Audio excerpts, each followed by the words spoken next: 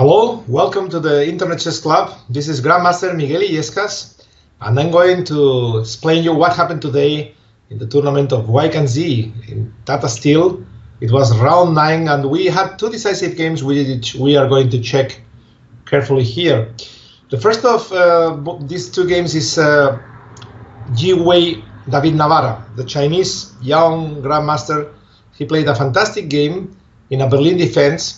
And we are going to go ahead a few moves. This defense, well, I'm in part responsible why it is so popular, because some of you probably know that I was working for Vladimir Kramnik in the year 2000 when he succeeded defeating Kasparov basically by using this old weapon, the Berlin defense, against the Ruy Lopez.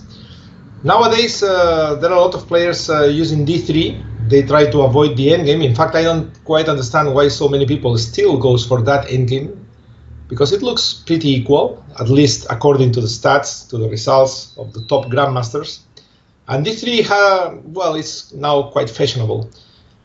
Bishop c5 was the move that Kramnik was analyzing deeper. In fact, it is the more active move. Black pretends to play knight d4 if white castles, for example. In our old analysis, we were stating that knight d4 was good enough for equality. And against Gary, we were very much worried about with c3. I mean, it was the typical Ruy Lopez move. We thought that Gary may use it. We didn't pay so much attention to the move bishop c6, which happened today in this game. Because it's very positional, you can see that it goes to some lines which reminds of the exchange variation of the Ruy Lopez defense after a6. In fact, the bishop is not so well placed here on c5. That's why white can pair a tempi, taking on c6 without provocation. But actual modern practice has shown that black still has to solve some problems. We will see. In this game, knight bd2 was played. I remember with Vladimir Kramnik working a lot with h3. We were also checking castle. Of course, knight bd2 as well. Black can castle because knight e5 is still not a threat. Probably everybody knows that after knight e5, queen comes to d4, and white is in trouble. So knight c4 was played. Now this is a real threat. Of course, black has to answer with knight d7. Now again, knight e5 is not working for the same reason like in the previous move. And usually here, white castles. But in this game, we saw queen e2. This was already played in a few games.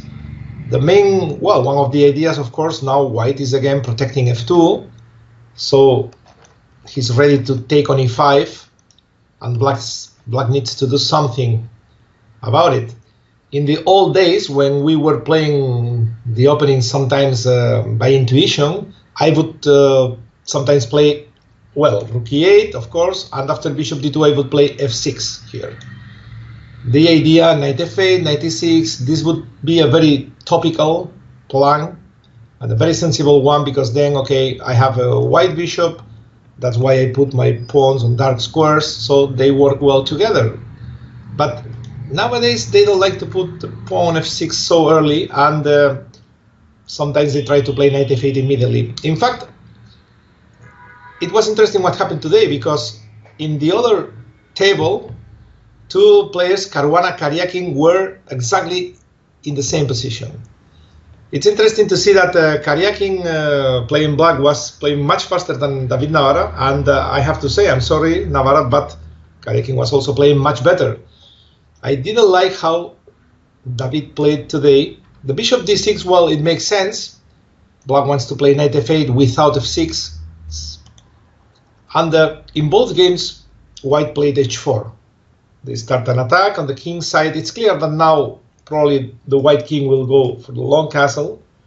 Till that moment, white could make a choice. But after this very committing move, h4, it's quite clear that white plays for an attack on the king's side.